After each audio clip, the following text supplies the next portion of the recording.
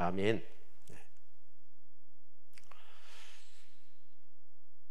네, 오늘 말씀은 예수님께서 고라신, 벳세다, 가버나움에 대해서 책망하시는 내용으로 시작하고 있습니다. 이 가버나움으로 얘기하면 예수님이 세례를 받으시고 공생애를 시작하시면서 그 나사렛에서 가버나움으로 이사를 하십니다. 왜냐하면 본격적인 메시아로서의 사역을 하시기 위해서였습니다. 그리고 벳세다나 고라신 지역도 가버나움과 가까운 지역이었습니다. 다시 말씀을 드리면 예수님께서는 가장 많은 하나님 나라의 복음을 그 지역에서 전하셨고, 그리고 또한 많은 권능을 그곳에서 행하셨습니다. 자, 그런데 정작 그 지역 사람들은 반응이 없는 거예요. 회개하고 돌이키지 않고 예수님을 메시아로 이렇게 받아들이지 않는 겁니다. 그래서 예수님께서는 두로와 시돈 얘기를 하십니다. 우리가 잘 알듯이 두로는 어떤 곳입니까? 페니키아 지역이죠. 시돈 또 무역이 발전했던 곳이죠. 그러면서 우리가 북이스라엘에 바알과 아세라의 우상이 들어오는 근원지가 어디였냐면 바로 이 두로였습니다. 그런데 예수님께서는 뭐냐, 만약에 내가 이 지금 벳세다와 고라신 지역에서 했던 것처럼 많은 메시지를 전했고 능력들을 행했다고 한다면 그 우상의 그런 근거지가 되는 두로와 시돈 사람들이 더 많이 회개했을 거라는 거예요. 그리고 또 하나 예를 든 지역이 소돔입니다. 소돔은 어떤 곳이죠? 정말 음란하고 타락한 도시여서 유황불에 의해서 완전히 하나님의 심판을 받아 지금은 그 흔적도 찾아볼 수 없는 그런 무서운 하나님의 심판을 받았던 지역입니다. 그런데 예수님은 그 소돔 지역에서 예수님이 또 메시지를 전했고 능력을 행했다면 소돔 사람들이 오히려 더 회개하고 돌이켰을 것이라는 것이죠. 그런데 정작 여러분, 가장 예수님의 사역의 중심지였던 가버나움, 고라신, 벳세다, 그렇게 많은 가르침과 능력을 베풀었는데 그들은 전혀 반응이 없었다는 거예요.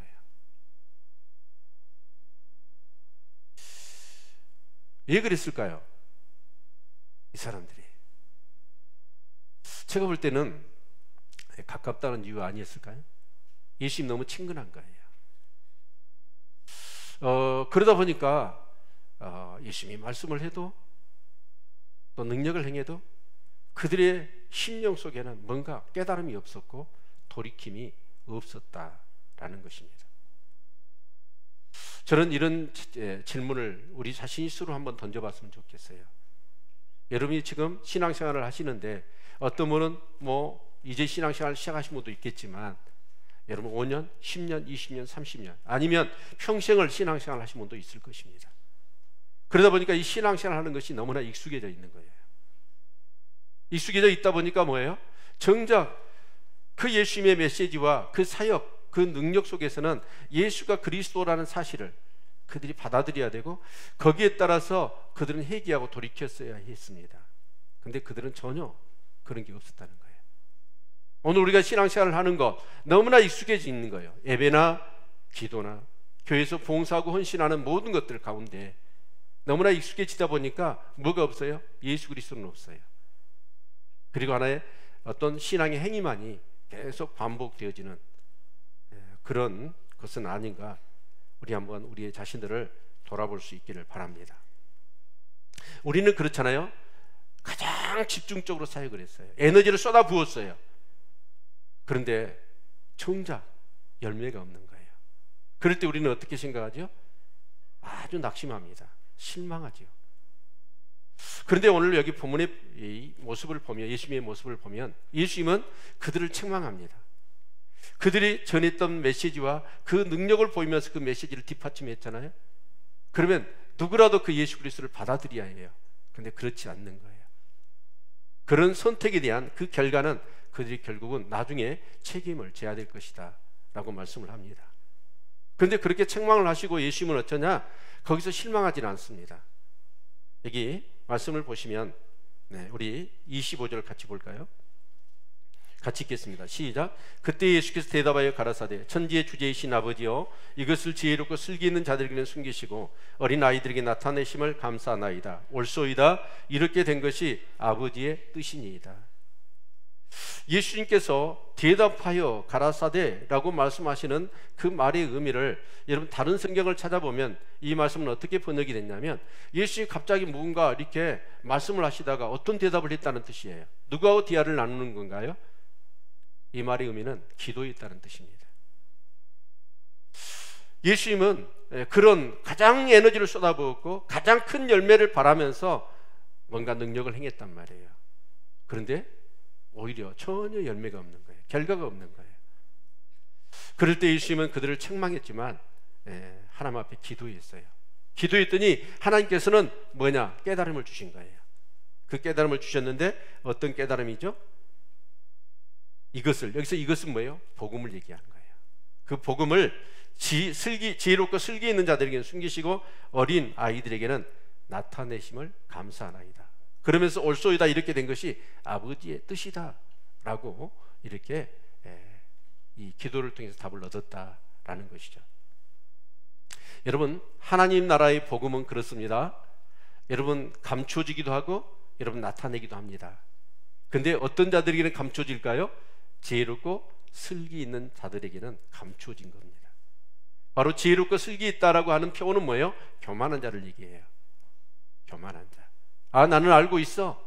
나는 신앙생활을 얼마나 했는데 10년 20년 했어. 나는 교회를 다녔어. 나는 모태신앙이야. 나는 뭔가 직분을 가지고 있어. 여러분 그러면서 그런 모든 그런 마음을 가지고 신앙생활을 하는 태도일 겁니다.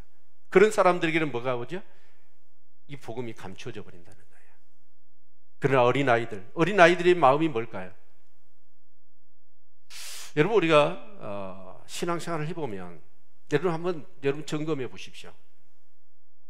신앙생활을 깊이 하면 할수록 어떻든가요? 변은 익으면 익을수록 고개를 숙인다고 그러죠. 모든 영역의 대가들, 우리는 때로는 인터뷰나 그분들의 책을 읽어보면 그분들은 무슨 얘기를 하던가요? 영역은 달라요. 그러나 한 영역을 깊이 파고들어서 누구도 이룰 수 없는 그런 깊은 경륜, 그 경지에 다가간 사람들의 그 고백들을 읽어보면 그분들은 진지합니다. 뭔가를 알면 알고 깊이 들어가면 들어갈수록 내가 얼마나 모르고 내가 연약한 존재라는 것을 절감한다는 거예요. 그래서 그런 사람은 겸손합니다. 그러나 여러분 어떻게 보면 옅은 지식을 가지고 있는 사람들, 그런 사람들은 어쩌죠? 다 안다고 까불대는 거예요. 그런 사람을 바로 오늘 여기서 슬기롭고 지혜로운 자라고 우리가 얘기할 수 있을 것입니다.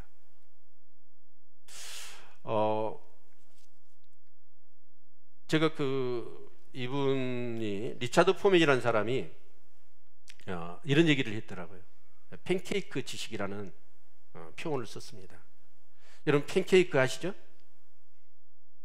팬케이크 모르신 사람은 우리나라 말로 하면 부침개 생각하시면 돼요. 부침개. 여러분 부침개는 뭐예요? 넓습니다. 그러나 깊이는 없어요. 그러니까 여기저기서 주워 들은 소식, 여기저기서 퍼오는 소식, 지식들, 그런 지식은 광범위하게 넓습니다. 그러나 지식이 깊이가 없는 거예요. 진짜로 그 말씀을 가지고 꼭꼭 씹어서 그것이 내 삶 가운데 체득이 되어져야 되고 체화되어야 됩니다. 근데 우리는 많은 지식을 어떻게 여러분 받아들이고 있냐면 씹지도 않고 소화하지도 않고 그냥 받아들이고 있는 거예요. 우리가 음식을 먹을 때 어떻습니까? 꼭꼭 씹지 않고 먹으면 탈날 겁니다. 그러듯이 우리는 어쩌냐? 이 지식들을, 특히 성경적인 지식들을 우리는 대부분 어떻게 받아들여요? 듣는 거 많이 들었어요. 그러나 그 말씀이 어떤 것입니까? 우리 영혼을 살리는 거고 이 세상을 승리하는 비결이고 내 영원한 생명을 보장하는 게 이 성경 말씀 아닙니까? 근데 이 말씀을 우리는 어떻게 피상적으로 한 번도 그 말씀이 예수 그리스도께서 십자가에서 나를 위하여 죽으셨다는데 그 예수 그리스도의 십자가를 진지하게 묵상해 보거나 십자가를 지라고 그랬는데 그 십자가를 지진 않아요. 많이 듣고 알고 있어요. 그런데 그것은 어째요? 많은 지식을 알고 있습니다. 근데 그건 깊이가 없어요. 그러다 보니까 여러분 삶에 고난이 오고 내가 정말 이해할 수 없는 한계 상황이 오거나 납득할 수 없는 그런 시련과 삶의 어려움이 왔을 때 사람은 어쩌죠? 그 알고 있는 지식이 능력이 되지를 못합니다.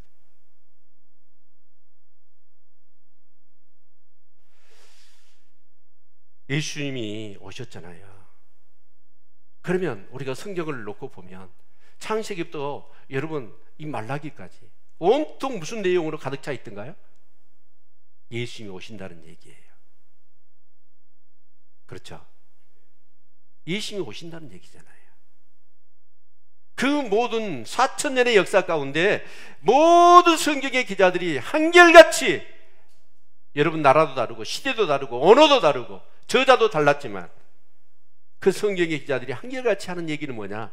예수 그리스도가 온다는 얘기예요. 그리고 예수 그리스도가 오셔서 어떤 일을 하실 것이라는 얘기였습니다. 그게 성경으로 가득 차 있거든요. 여러분, 그런데 그 예수님이 오셨어요. 그런데 예수님이 오셨는데 요한복음의 1장에서처럼 자기 백성이 영접지를 않더라는 것이죠. 심지어는 마태복음 21장에 보면 어떤 말씀이 있습니까? 예수님이 이런 비유를 사용하세요. 한 포도원 주인이 포도원을 만들었습니다. 그리고 이제 포도원 지기들한테 그 포도원을 맡기고 떠났어요. 그래서 이제 이 포도원의 그런 어떤 이 실가가 며칠째쯤 되니까 종들을 보냈습니다. 이제 싹스를 받으려고. 그랬더니 포도원 지기들이 그 종들을 어떻게 어떤 종은 죽이고 어떤 종은 때리고 모든 종들을 쫓아 보내버린 거예요. 그러자 주인은 어때요? 더 많은 종을 보냈다고 얘기합니다. 그랬더니 역시나 죽이고 또 때리고 쫓아버린 거예요. 그래서 주인은 이런 생각을 합니다. 내 아들을 보내면 달라지겠지. 그래서 아들을 보냈습니다. 아들을 보냈더니 포도원 지기들이 이놈은 상속자니까 이놈만 죽이면 이 모든 것이 내 것이다. 아들을 죽였다는 거예요. 여러분, 예수 그리스도 그분이 오셨거든요. 오셨으면 진짜 자기 백성들이 성경대로 오셨어요. 그리고 우리가 이 세례 요한이 그런 얘기를 하지 않습니까? 세례 요한이 누굽니까? 그의 부르심은 무엇 때문이었습니까? 주의 길을 여러분 평탄케 하고 그 첩경을 준비하는 사람이었습니다. 그래서 회개하라 천국이 가까웠다라고 메시지를 증거하면서 요단강에서 세례를 줄 때 수많은 인산이를 일면서 하나님의 백성들이 요단강에 세례를 받았습니다. 그 중에 예수 그리스도도 요한에게 세례를 받으러 오시죠. 그래서 나는 당신의 신드벨 풀기도 감당하지 못합니다. 어떻게 주님이 나에게 세례를 받으러 오십니까? 그런데 예수님은 세례를 받으시죠. 그 세례를 받을 때 어떤 일이 났습니까? 하늘에서 내 사랑하는 아들이요 내 기뻐하는 자라고 하는 하나님의 음성도 듣습니다. 그러면서 세례 요한은 나는 물로를 세례를 주지만 내 뒤에 오시는 이는 불로 세례를 줄 것이다. 그러면서 너무나 분명하고 확신에 찬 예수 그리스도의 그런 어떤 오심과 앞으로 그분이 하실 사역에 대한 모든 부분들을 모든 세례를 받는 사람들 앞에 선포했습니다. 근데 세례 요한이 그 헤롯 왕의 그런 이 윤리적인 문제를 지적하자 헤롯 왕이 세례 요한을 옥에 가두지요. 근데 옥에 가두면서도 세례 요한은 초미의 관심이 누굴까요? 자기가 예언했던 선포했던 예수 그리스도의 사역에 초미의 관심이 있는 거죠. 그래서 제자들의 보고를 받아봤더니 아니 정말 자기가 생각했던 예수 그리스도 그분이 오시면 이제 주의 나라가 이루어질 줄 알았어요. 그런데 그 로마의 폭정은 계속되었고 그런 것이 아부하며 빌붙었던 그런 간신배들이나 그런 비리와 불의를 저지르는 사람들은 여전히 득시하고 있는 거예요. 이런 모습을 볼 때 세례 요한은 회의, 의심이 든 거예요.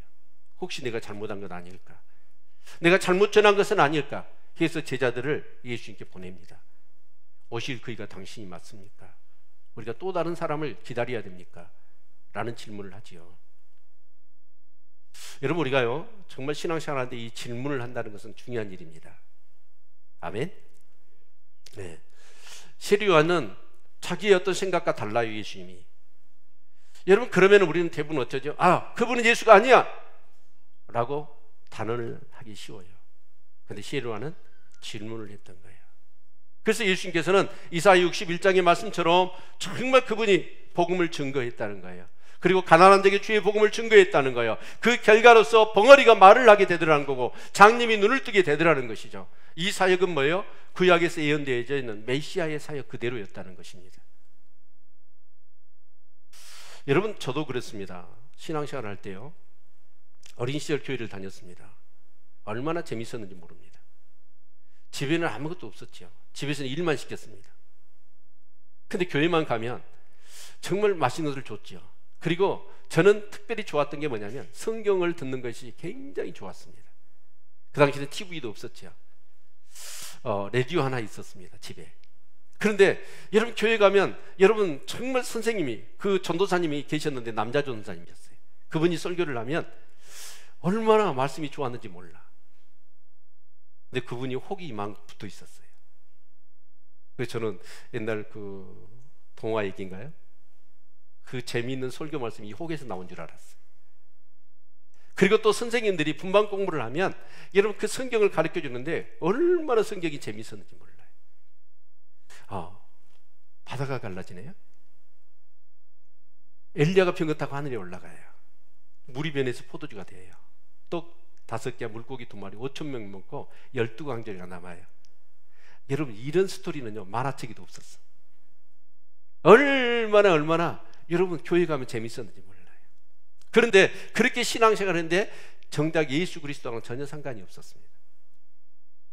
예수 그리스도하고는. 왜 그 예수 그리스도를 제가 빼먹었는지, 빼먹고 가르쳤는지, 예수 그리스도는 상관이 없어요. 재미만 있었어요.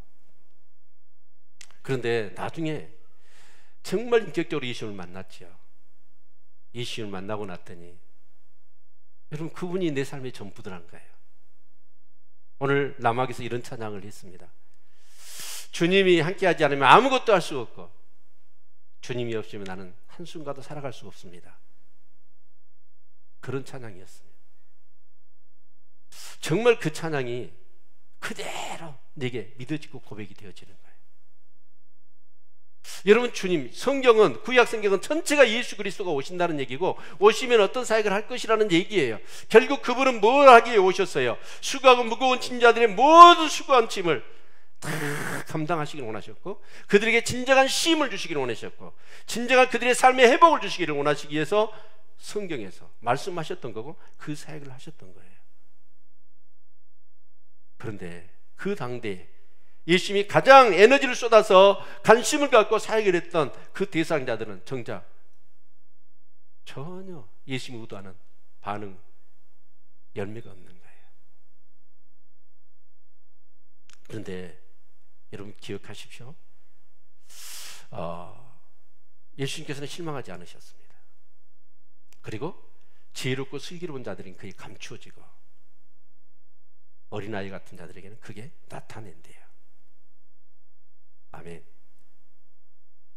여러분, 정말 그렇습니다. 우리가 이 복음은요, 예수 그리스도의 이 비밀인데, 이건요 우리의 어떤 그런 지식이나 우리의 이성이나 우리 눈이나 우리 귀나 우리 마음으로 깨달아지는 게 아니에요.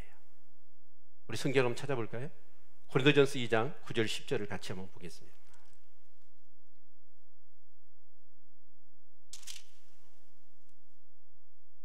네, 가나면 성경을 찾지요.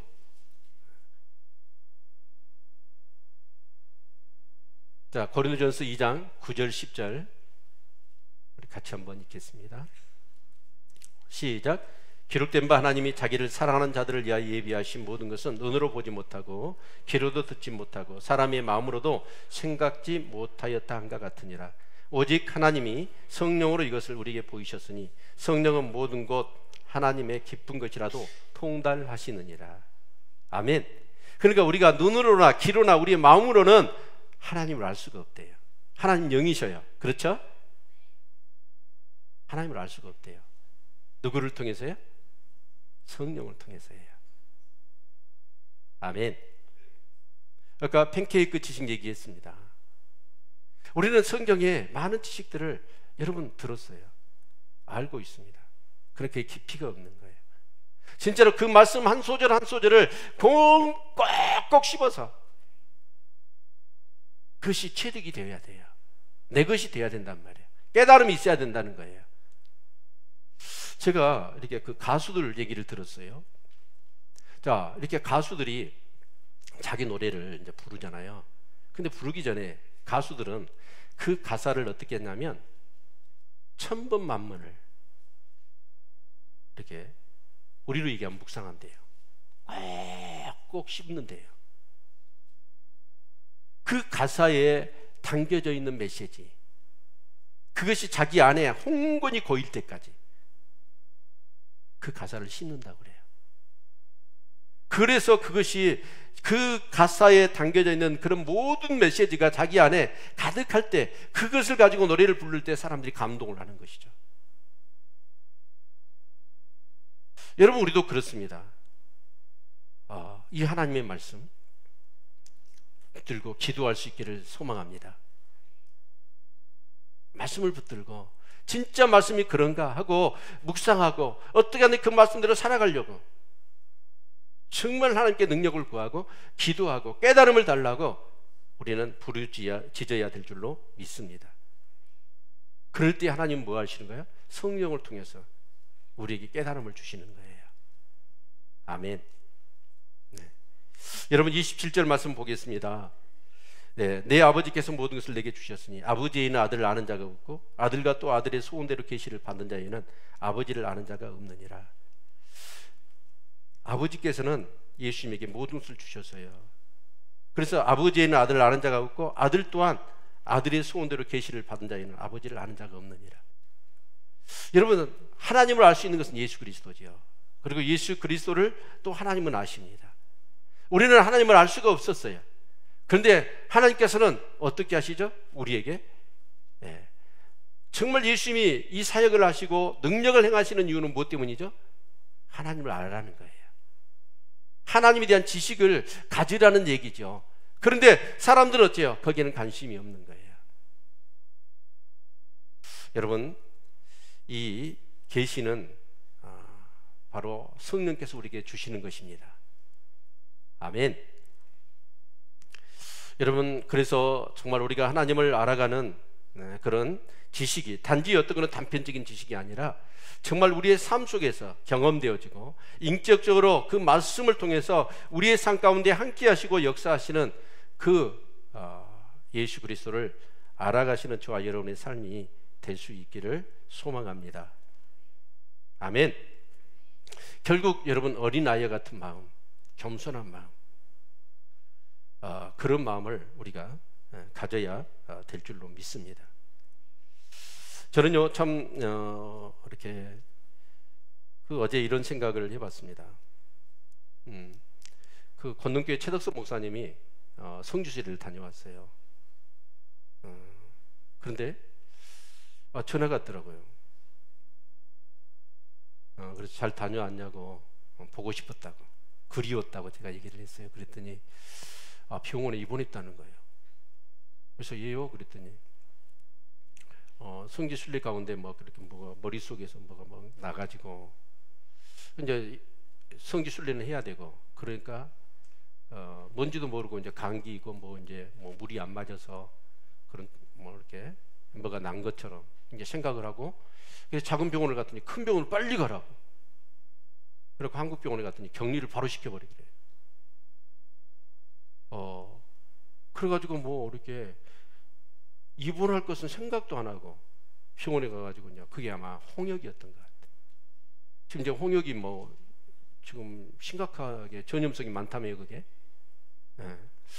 그러면 이제 그 얘기를 제가 들었어요. 그러면 진짜 마음이 아파야 될 거 아니에요. 근데 소음 여기 있어요. 뭔가 좀 고소한 느낌이 드는 거예요. 아니, 그 순간적이에요. 이러지 마세요.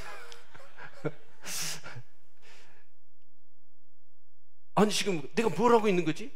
서로 깜짝 놀란 거예요. 아니, 진짜 사랑하면 어쩌죠? 사랑하는 것은 어떻게 나타난가요? 그 사람이 행복하면 나도 행복하고, 그 사람이 힘들면 나도 힘들어야 되잖아요. 그러지 않나요? 근데 그렇게 홍역으로 해가지고 교인들하고 이번 주일날에 이제 2주 동안 한 주죠. 한 주 비웠고 그렇게 한 교인들은 얼마나 보고 싶고 그러겠어요. 그런 마음도 느껴져요. 근데 속으로는 뭔가가 야릇한 그게 내 안에 있는 거예요. 그래서 아침에 얼마나 새벽에 기도하면서 얘기했는지 몰라. 근데요, 솔직히 한번 다 까놓고 얘기해 봅시다. 저만 그런가요? 어떠세요? 사돈네가 논사하면 어때요? 배가 아프죠? 이것이 우리 인간이에요. 이게 인간이더라고. 그러니까 결국은 뭐냐면 제가 말씀을 묵상하고 목서야 되잖아요. 기도도 하고 있고 그분하고 동역한다고 사랑한다고 그러는데 제 마음 가운데 순간 내가 놀란 거예요. 이건 아니지. 근데 그게 있는 거예요. 제가 느끼는 건 그거예요. 인간은 어쩔 수 없어요. 인간은 어쩔 수 없어요. 이게 타락한 우리의 본성이에요. 여러분, 그래서 절대적으로 필요한 게 뭐예요? 예수 그리스도입니다. 아멘. 근데요, 제가 이제 그거를 곰곰이 아침에 새벽에 기도하면서 이제 막 눈물이 나더라고. 또 우리 이주희 집사님 생각하면서 그 김나희 집사님 막 보경이가 울부짖으면서 저한테 막 해서 막 눈물을 많이 흘렸는데, 근데 느껴지는 건 뭐냐면 정말 우리가 말씀을 묵상하고 하나님의 영이 살아있고 어떻게 하든지 말씀대로 살려고 하니까 여러분, 내가 조그만한 어떤 그런 정말 하나님의 뜻에 부합되지 않는 그런 감정을 순간적으로 가졌어요. 근데 그걸 깨닫게 하시는 거예요. 그리고 통회하게 하시더라고요. 근데 어떤 인간들은요, 그렇게 하면서도 느끼지 못해요. 그럴 수도 있을 것 같아요. 그게 말씀의 은혜 아니겠습니까? 그리고 회개하는 거예요. 돌이키는 거예요. 어쩔 수 없어요. 우리가 사람을 다 사랑할 수는 없어요. 미운 사람이 있어요. 그런데 그 미운 것, 그것까지라도 지혜라고 인식하고 깨닫고 회개하고 돌이키는 것, 이것이 우리 정말 예수님과 동행하는 삶의 축복인 줄로 믿습니다. 그런데 영적으로 민감한 거예요. 근데 지금 이 시대의 사람들은 어떠냐? 영적으로 너무나 불감증에 걸려 있어. 자기가 죄를 짓고 그 죄로 인하여 엄청난 그런 삶의 저주 가운데 빠질 텐데도 불구하고 그걸 죄라고 느끼지를 못하는 것이죠. 그래서 예수님께서는 이제 이렇게 일단락을 시키시면서 무슨 말씀을 하시냐면 28절 같이 한번 읽겠습니다. 시작. 수고하고 무거운 짐진 자들아 다 내게로 오라. 내가 너희를 쉬게 하리라. 여기 말씀을 보면 수고하고 무거운 짐진 자들아 다 내게로 오라. 내가 너희로 쉬게 하리라. 사실 하나님께서 예수님을 이 땅에 보내시기로 약속하시고 이 구약의 모든 말씀들을 이렇게 허락하시고 예수님이 오셨어. 그래서 예수님의 입장에서는 정말 이 땅에 수많은 사람들이 수고하고 무거운 짐을 지고 있는 거예요. 그들을 쉬게 하시기 위해서 주님이 오셨단 말이에요. 그런데 여러분, 그들은 어때요? 예수를 인정도 하질 않아요. 반응도 하질 않아요. 여기서 수고하고 무거운 짐이라는 게 뭘까요?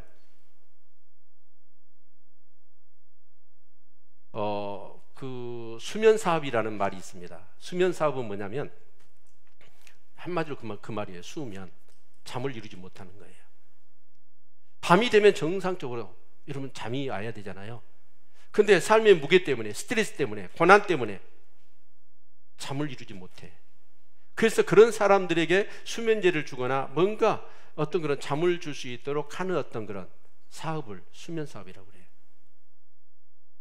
그러니까 미국이 1년에 23조래요. 수면 사업의 시장 규모가. 그러니까 미국이 좋은 나라기도 하지만 그만큼 사람들이 사는 게 힘들다는 거예요.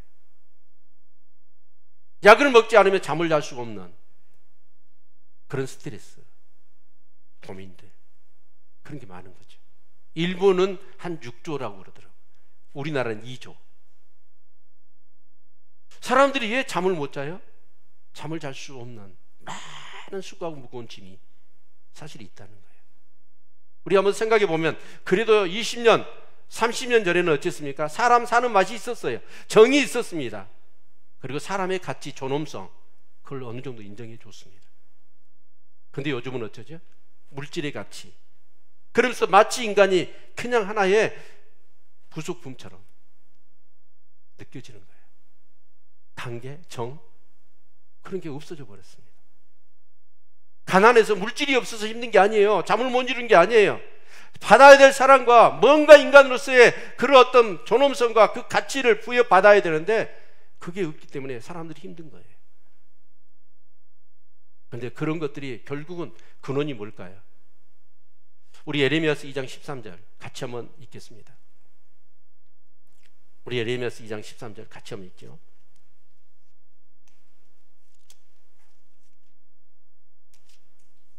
우리 성경을 찾아봅시다.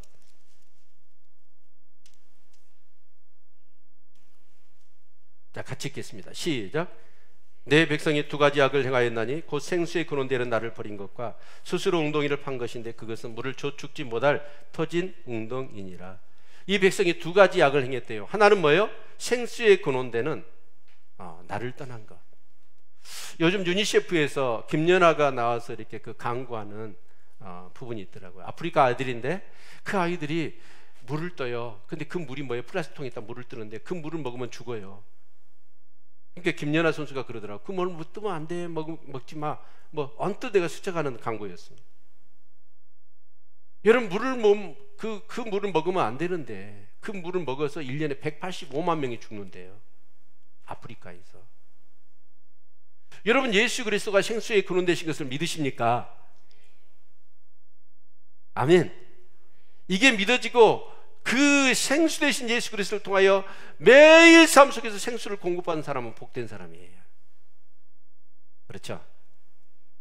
또 두 번째는 뭐예요? 스스로 웅덩이를 팠어요. 그 웅덩이는 뭐예요? 터진 웅덩이에서 물을 저축하지 못해. 아무리 물을 가다 불러 이렇게 채우려고 하지만 밑받은 독이에요. 나는 이 말씀 생각하면서 그 팥쥐 엄마가 생각나더라고. 콩쥐를 그 사또가 그 하는 잔치에 참여하지 못하게 하려고 여러분 자기 자식들은 딸 자식들은 데리고 가면서 콩쥐는 뭐예요? 밑빠진 독을 구멍을 뚫어놓고 거기다 물 채울 때까지 오지 말라는 거예요. 그래서 콩쥐가 아무리 물을 파다 길렀지만 어째 그 독이 차요 안 차요? 안 차는 거예요. 그래서 그 밑빠진 독을 누가 막아주죠? 콩쥐팥쥐 읽어보세요. 네, 두꺼비들이 막아줘요.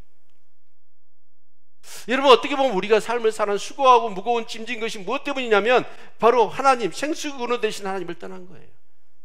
근데 예수님은 뭐예요? 우리에게 다시 생수를 주시려고 이 땅에 오신 분이신 줄을 믿으십니까? 그리고 밑빠진 독이에요. 근데 그 독을 두더지처럼 정말 그 밑빠진 독을 딱 막아주시기 위해서 오신 분이 누구예요? 예수 그리스도예요. 이것이 단지 지식이 아니고 여러분의 삶 속에서 이것을 경험한 사람은 복된 사람이에요. 아멘. 그래서 예수님은 무엇 때문에 오셨냐면 하나님 무엇 때문에 예수님을 보내시기로 이 성경 전체에 이 예수 그리스도에 대한 얘기로 가득 채워놨냐면 바로 수고하고 무거운 우리들을 참 안식을 주시려고 오신 거예요. 그런데 진짜 예수님 입장에서는 얼마나 답답하겠어요. 가장 에너지를 쏟아부었고 가장 많은 능력을 행했던 그 가버나움의 사람들이 전혀 반응이 없는 거예요. 그래서 예수님께서는 이렇게 말씀하십니다. 29절 나는 마음이 온유하고 겸손하니 나의 멍에를 메고 내게 배우라. 그러면 너의 마음이 쉼을 얻으리니 이는 내 멍에는 씻고 내 짐은 가벼움이라 하시니라. 예수님은 마음이 온유하고 겸손하십니다. 그러면서 뭐라고 하냐면 나의 멍에를 메고 네게 배우라고 얘기합니다. 어떻게 보면 수고하고 무거운 짐은 멍에로 표현되어 있죠. 여러분 멍에 아시죠? 여러분 우리가 옛날에 저희 집에서도 이렇게 소를 키우면서 달구지를 끌어요. 그리고 쟁기질을 해요. 그러면 소 이렇게 목하고 등 사이에 기역자를 이렇게 꺾어서 딱 여기다 세워요. 그리고 이 앞다리 사이로 가죽끈으로 동여 매지요. 그리고 그 멍에다가 여러분 줄을 연결해 가지고 여러분 달구지를 끓게 하거나 여러분 쟁기를 끓게 하는 거예요. 그러면 여러분 생각해 보십시오. 소가 제가 한번 그때 이렇게 그 나무를 많이 싣고 그 달구지에 아버지 타고 저 타고 달구지를 끌어요. 어린 시절에 그 소를 보면서 얼마나 힘들까 이런 생각이 들더라고요. 그런데 소가 안 가면 어때요? 채찍으로 딱 치면서 이라! 그러는 거예요. 그러면 소가 어때요? 다시 힘을 내서 가지요. 말 못한 소가 소니까 그렇지.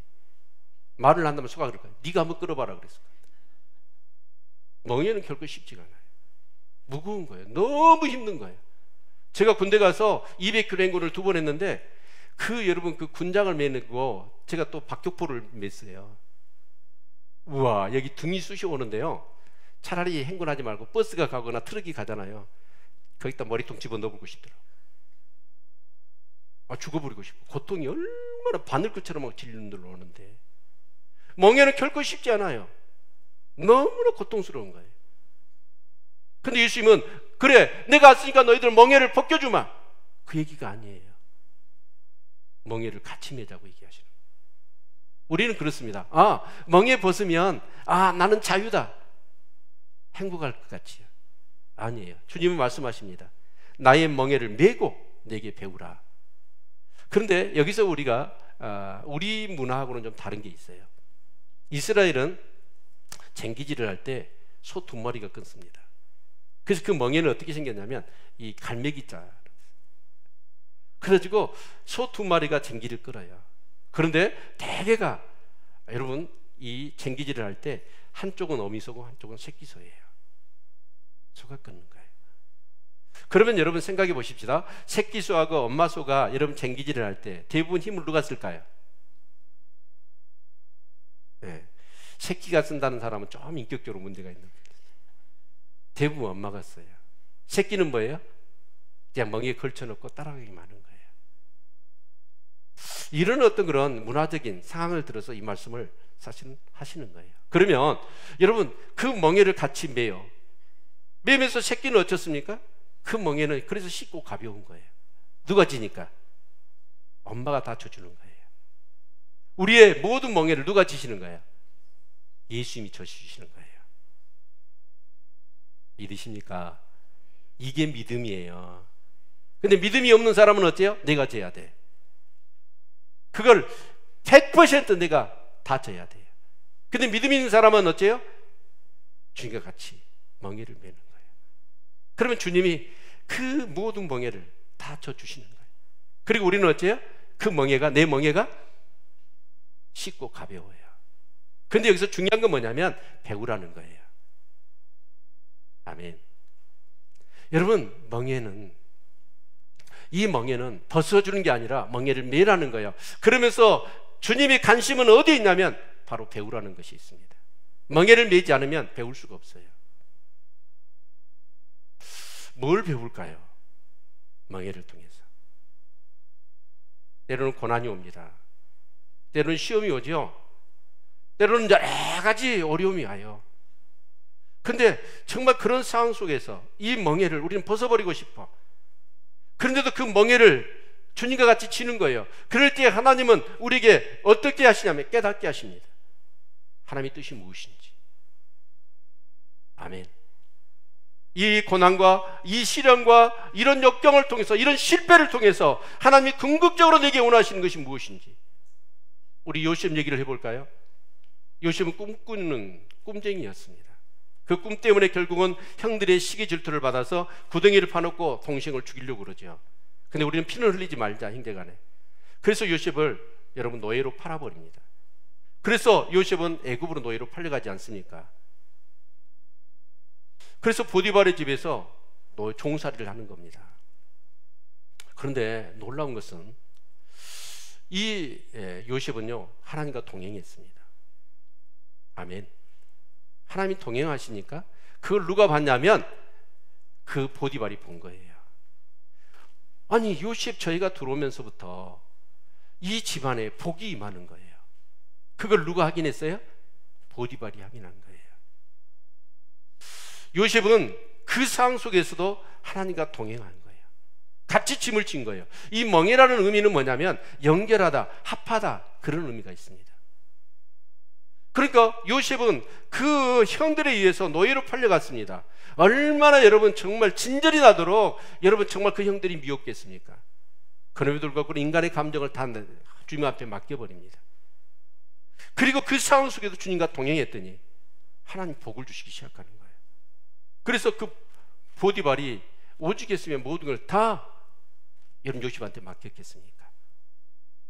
그런 모습이 너무나 매력적이었던지 보디발의 아내가 요셉하고 동침하자고 꼬시는 거예요. 그때 요셉은 하나님 앞에 범죄할 수 없어서 이런 그 옷을 벗어놓고 도망치잖아요. 그 일로 인하여 감옥에 갇히게 됩니다. 그런데 감옥에 들어가서도 요셉은 어떻습니까? 낙심하지 않습니다. 원망하지 않습니다. 보디발을. 오히려 그 가운데서도 그 모든 것 다 주님 앞에 맡겨버립니다. 그리고 요셉은 힘쓰는 건 뭐냐? 주님과 동행하는 거예요. 그랬더니 하나님이 함께 하셔서 그 연옥쟁이가 봤더니 와 저놈 보니까 뭐 완전히 뭐 법이 없어도 살 놈이고 모든 걸 맡겨도 어떤 자기 숨은 동기를 따라서 움직이지 않고 살 놈이다 해서 그 감옥의 전반적인 운영을 지휘소한테 맡겨버리는 거예요. 거기서 술 맡은 간원을 만나잖아요. 꿈을 해석해 주고 결국 그것이 근거가 되어서 여러분 바로 앞에 가게 되지요. 여러분 그 과정을 놓고 보면 요셉의 멍에가 쉬웠을까요? 어려웠을까요? 어려웠을 거예요. 그러나 어려움만 있는 게 아니에요. 오히려 더 여러분 행복했을 겁니다. 아멘. 그리고 결국은 어쩌습니까? 여러분 그 상황에는 힘들었어요. 그런데 한 고비를 넘어서 보니까 와 하나님이 나를 이렇게 인도하셨구나. 그러려고 그러셨구나. 깨달음이 막 오는 거예요. 그래서 앞으로도 어떤 어려움이 오고 시련이 오더라도 이제는 다 주님 앞에 맡길 수가 있어요. 그리고 자기는 오직 주님과 동행하는 일에만 힘쓸 수가 있었던 것이죠. 그랬더니 어떻게 됩니까? 애굽의 총리 대신이 되고 자기 가족을 구원하고 한 민족을 살려내는 그런 멋진 삶을 살지 않았습니까? 아멘. 사랑하는 성도 여러분, 우리가 삶을 신라곤입니다. 낙원을 빼앗겼어요. 그래서 우리가 살아가는 삶은 항상 여러분 수고하고 무거운 짐이 있습니다. 멍에가 있습니다. 그런데 이 멍에 누가 좀 쳐줬으면 여러분 천만의 말씀이에요. 감당할 시험에는 우리에게 맡긴 적이 없습니다. 충분히 감당할 것 같으니까 우리에게 멍에를 주신 거예요. 주님과 그 멍에를 메십시오. 그런데 그 멍에를 멀 때 저는 그렇습니다. 신앙생활을 하는 것이 짐인가 힘이 되는가?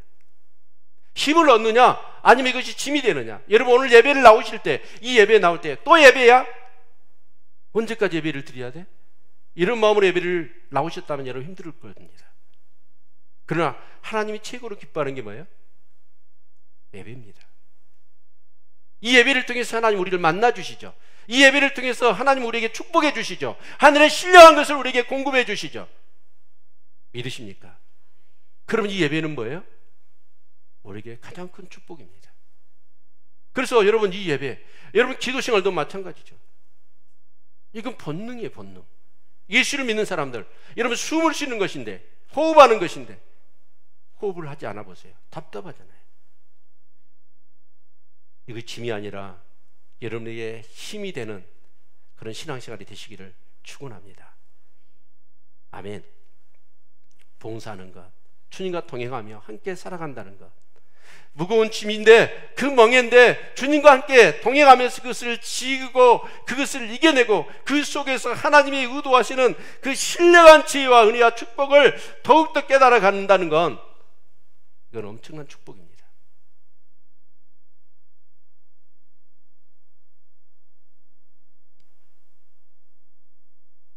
그 종동영 씨하고 같이 이렇게 그 MBC 기자 출신이었던 조 누구죠? 갑자기 그분 생각이 안 나네. 그분 이제 MBC 메인 9시 뉴스 앵커였죠.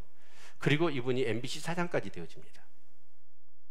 그런데 이제 이분이 그 정도 위치에 올라가서 이제 그 부인은 새벽마다 어디를 가냐면 온누리교회 가서 새벽 기도를 쌓는 거예요. 그리고 이제 자기는 골프 연장에 골프 치러 가는 거예요. 그리고 이제 골프 또 이렇게 뭐 이렇게 라운딩을 가기도 하고, 한날 그것이 이제 그렇게 반복되는데, 어느 날 골프 연장이 무슨 문제로 바람이 많이 불었던가 문을 닫아버린 거예요. 그래서 이제 새벽에 나왔는데 이제 갈 곳이 없으니까 아내가 있는 그 새벽기도 거기를 뭐 이렇게 들어간 거예요. 그러면서 이제 어떤 마음이 딱 드냐면, 이렇게 삶이 힘들고 어려운데 꼬박 새벽에 나가서 아내가 기도하는 거예요. 근데 이 모습이 어떻게 들리냐면, 생각이 되냐면 두 가지로 생각이 정리가 되더래요. 첫 번째는 뭐냐? 바람났다. 분명히 그 교연 중에 멋진 남자가 있으니까 새벽마다 나가는 거 아니냐, 이렇게 하는 거예요. 두 번째는 뭐냐? 강신자일 거다.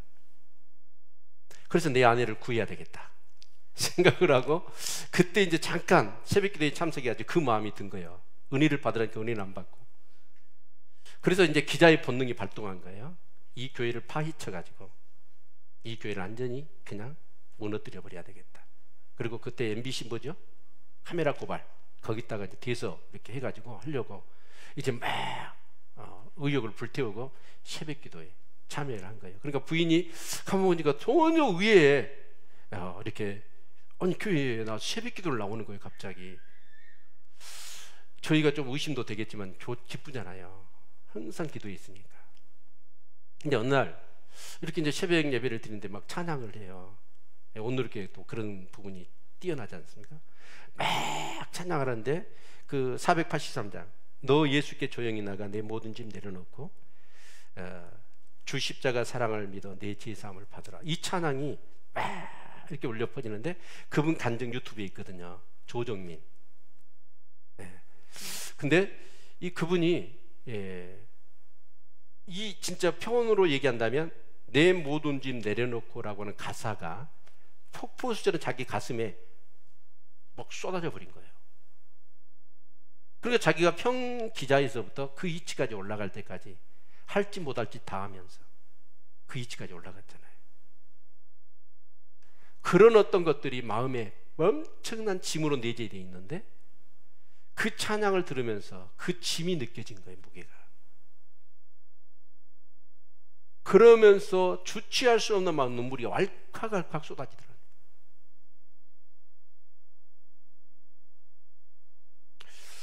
여러분, 내 모든 짐 내려놓고 어떻게 보면 MBC 사장까지 올라간 거예요. 기자로서는 최고의 위치잖아요. 그럼 행복할 것 같은데, 그 찬양을 듣는 순간에 성령이 역사하시니까 그 모든 짐이 느껴지기 시작한 거예요. 그래서 이분이, 내가 기자 생활을 하면서 기자들이 그렇잖아요. 못된 짓도 많이 해요. 근데 좀 바른 보도를 해야 되겠다. 정말 못된 보도가 아니라. 그래서 이분이 미국으로 유학을 갑니다. 유학을 가서 계속 이제 신앙생활을 하는 가운데 하나님의 은혜를 받은 것이죠. 그리고는 사표를 던져버려요. 그리고 신학교 가서 목회자가 됐다는 거예요. 여러분, 거기서 이 모든 짐이라는 거 한번 우리가 생각해 봤으면 좋겠어요. 우리는 수단과 방법을 가리지 않고 어떤 위치에 올라갔습니다. 그러면 나는 행복해 할 것 같은데, 그 이면에는 내 영혼이 감당할 수 없는 무거운 짐이 있는 거지요. 여러분, 그 짐을 지시기 위해서 우리 주님이 오신 거예요. 아멘. 그러면 그 짐을 주님이 져주시겠다는 거예요. 그러면 우리는 어떻게 해야 돼요? 주님께 맡겨야 돼요. 근데 우리는 맡기지 못해요. 믿음이 없어서. 그래서 우리는 힘든 거예요. 주님은 오래요. 수고하고 무거운 짐자들아 다 내게로 오라는 거예요. 내가 너희를 쉬게 하시겠다는 거예요. 그런 믿음이 있기를 축원합니다. 한번 알렉산더 디앙이 엄청난 전쟁을 하지 않았습니까? 이번에도 어떤 나라를 정복을 했습니다.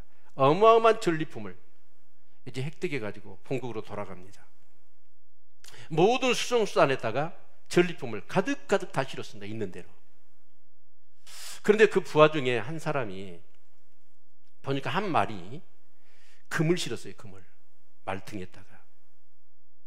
그러니까 이제 전리품이니까 신은 있는 힘을 다해서 다 실었겠죠. 근데 이 신하는 경험이 많아요.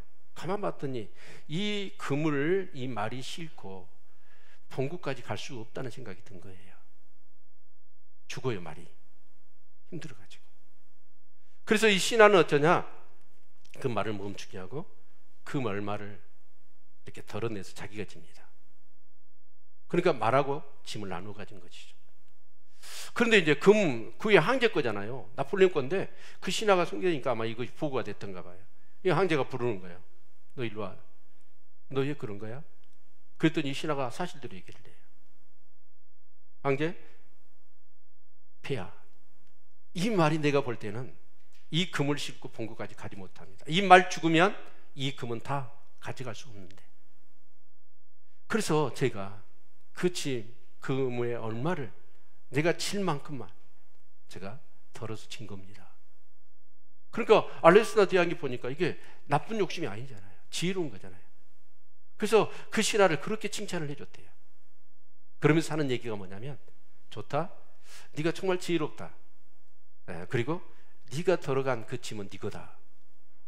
그 금을 줬다고 그래요. 무슨 말씀이죠? 우리는 멍에를 벗기를 원해요. 근데 멍에를 져야 됩니다. 근데 그 멍에를 통해서 하나님은 엄청난 것을 우리에게 주시기를 원하시는 것이죠. 그런데 여러분, 그 짐은, 그 멍에는 결코 힘들지가 않아요. 여러분 신앙생활 생각해 보십시오. 여러분 신앙생활, 주님을 섬기고 신앙생활 하는데 이게 여러분에게 짐이라면 얼마 못 갑니다. 그러나 이 신앙생활을 통해서 기쁨, 힘을 얻는다면 갈수록 이 신앙생활은 여러분에게 큰 은혜와 축복으로 그렇게 다가올 것입니다. 우리 사랑하는 성도님들, 여러분 어차피 져야 될 짐이라고 생각하시고 여러분 자원하는 마음으로 기쁨으로 짐을 주십시오. 그럴 때 상급이 있는 거예요. 그리고 그것은 나에게 큰 힘이 됩니다. 그런데 이거 꼭 내가 해야 돼? 라는 생각, 언제까지 해야 돼? 이런 마음을 가지시고 여러분 신앙생활 하시면 그 얼마 가지도 못하고 그 짐은 너무너무 여러분이 감당하기는 어려운 무거운 짐이 될 겁니다. 우리 사랑하는 성도님들에게 이런 정말 이 안식과 그리고 기쁨과 행복이 가득한 신앙생활이 되셨으면 좋겠습니다. 네. 기도하겠습니다. 존귀하신 하나님을